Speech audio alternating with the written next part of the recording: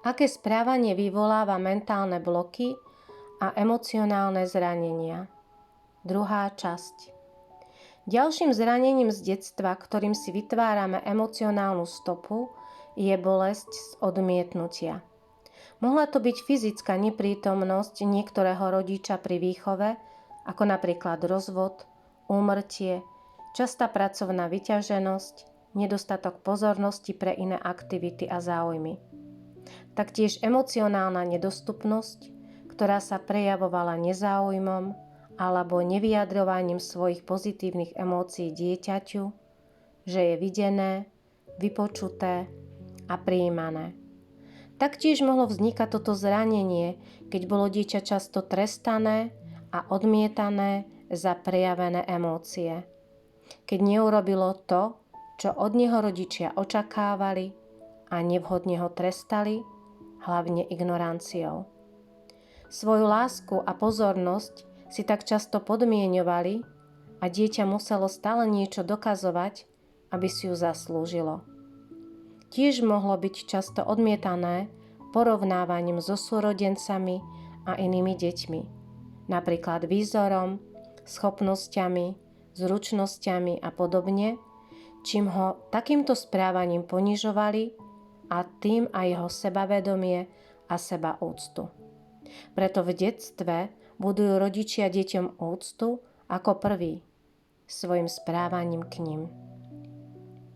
Tak mohlo vzniknúť emocionálne zranenie, stopa s presvedčením, že pozornosť a úctu si musí dieťa niečím zaslúžiť, že nie je dosť dobré a prijímané a to znižovalo jeho sebahodnotu a sebaúctu.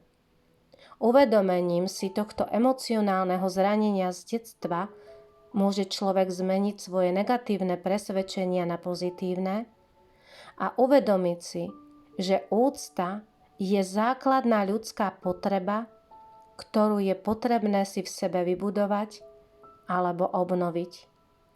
Nie si ju vynúcovať negatívnym správaním, ale si ju s láskou prejavovať. V prípade odmietnutia inou osobou neznamená, že budeme odmietať aj sami seba. Práve vtedy potrebujeme cítiť k sebe lásku a úctu a venovať pozornosť sami sebe a tým ľuďom, ktorí nám ich opätujú. Tak si môžeme prejavovať vzájomnú úctu a rešpekt, vďaka ktorým môžeme byť sami sebou a tiež sa vzájomne doplňať. Odmietnutím si tiež nastavujeme svoje hranice pred nevhodným a neúctivým správaním, kedy nás mohol niekto vo svojom správaní zhodiť, oklamať, zneužiť a podobne. Preto, ak si seba vážime, máme k sebe úctu, odmietneme a nedovolíme iným správať sa k nám neúctivo. Odmietnutie môžu spôsobiť aj rozdielne hodnoty, potreby, priority, záujmy, ktorými sa nedokážeme doplňať a rešpektovať sa. Preto je tiež dôležité vedieť povedať nie, keď sa k nám správa niekto bez rešpektu. Keď nám niekto niečo vnucuje alebo nás manipuluje, ovláda, privlastňuje, prikazuje. Chce nás mať podľa seba a nerešpektuje naše nie. Preto, ak ťa niekto odmietne, neber si to osobne. Príjmi to ako správu, že s takým človekom jednoducho neladíš. Tak nebudete vytvárať zbytočné konflikty, drámy a spôsobovať si opakované bolesti. Ušetríš si energiu pre ľudí, ktorí s tebou ladia a sú s tebou na rovnakej vlnovej dĺžke. Tak si budete prejavovať úctu, ktorou budete spoločne rásť a tvoriť a nie sa ničiť.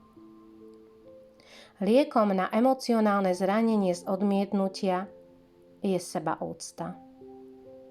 Preto si nezabudni každý deň pripomenúť tieto slová. Správam sa k sebe i k druhým s úctou. Udržujem si zdravé hranice a rešpektujem ich aj u druhých.